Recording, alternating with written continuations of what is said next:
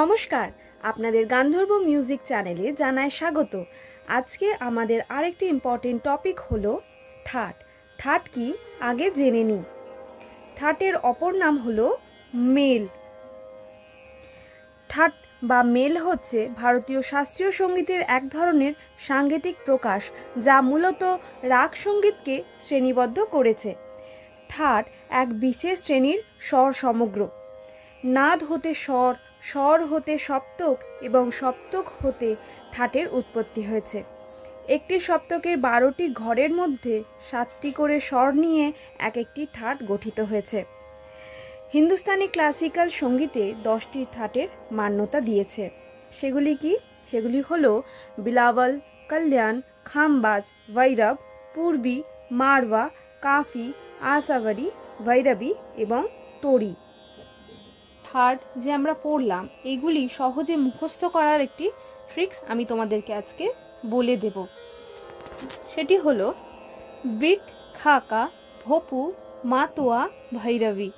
আরেকবার বলি, বিক, খাকা, ভপু, মাতোয়া, ভৈরবী।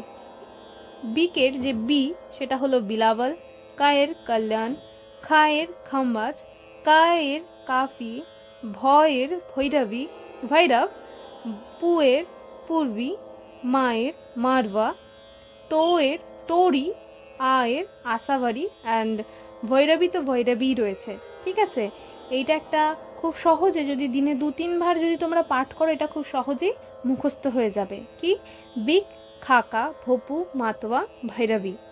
বিক, খাকা, ভপু, মাতোয়া, ভৈরবী। আর একবার বলি, বিক, খাকা, ভপু, মাতোয়া, ভৈরবী।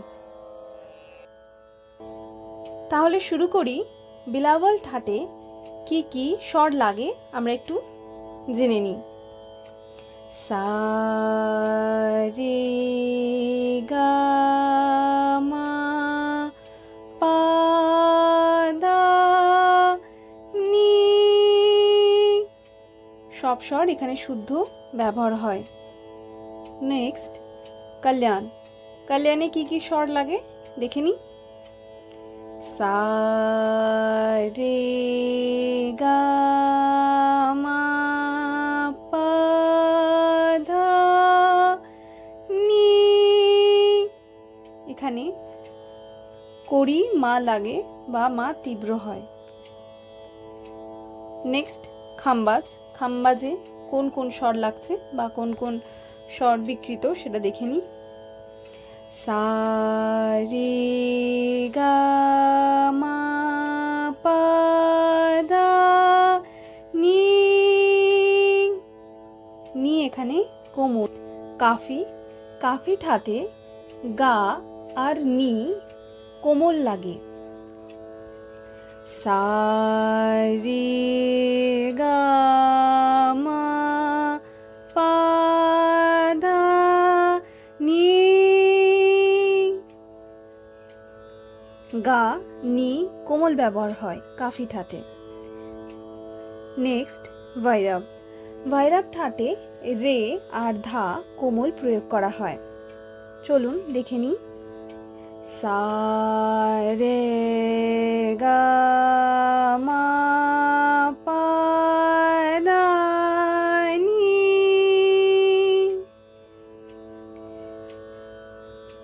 রে ধা কোমল।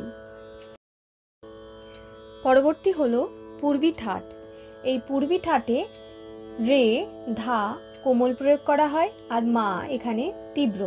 তাহলে শুরু করি। সা রে গা মা পা ধা নি। রে ধা কোমল, মা তীব্র। নেক্সট, মারওয়া ঠাট।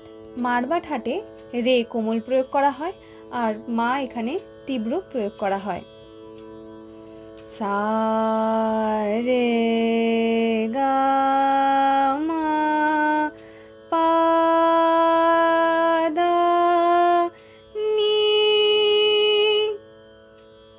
নেক্সট, তোড়ি ঠাট। তড়ি ঠাটে রে, গা, ধা এখানে কোমল প্রয়োগ করা হয় আর মা তীব্র প্রয়োগ করা হয়। শুরু করি। সা রে গা মা পা দা নি। রে, গা, ধা কোমল আর মা তীব্র। নেক্সট, আসাবাড়ি ঠাট। আসাবাড়ি ঠাটে গা, ধা, নি এই তিনটি কোমল প্রয়োগ করা হয়। চলুন শুরু করি। সা রে গা মা পা ধা নি। রে, ধা, নি এখানে কোমল প্রয়োগ করা হয়। নেক্সট হলো ভৈরবী ঠাট। ভৈরবী ঠাটে রে, গা, ধা, নি এগুলো কোমল প্রয়োগ করা হয়। চলুন শুরু করি। সা রে গা মা পা দা নি।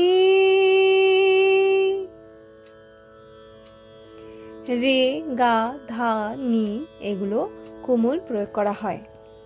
তাহলে আজকে আমাদের সকলেরই 10টি ঠাট সম্পর্কে জানতে পারলাম এবং এই 10টি ঠাটকে কিভাবে খুব সহজ উপায়ে মুখস্থ করতে পারবে তারও একটা ট্রিক্স বলে দিলাম। এইভাবে তোমরা প্র্যাকটিস করো এবং এই ট্রিক্সটা মনে রেখো।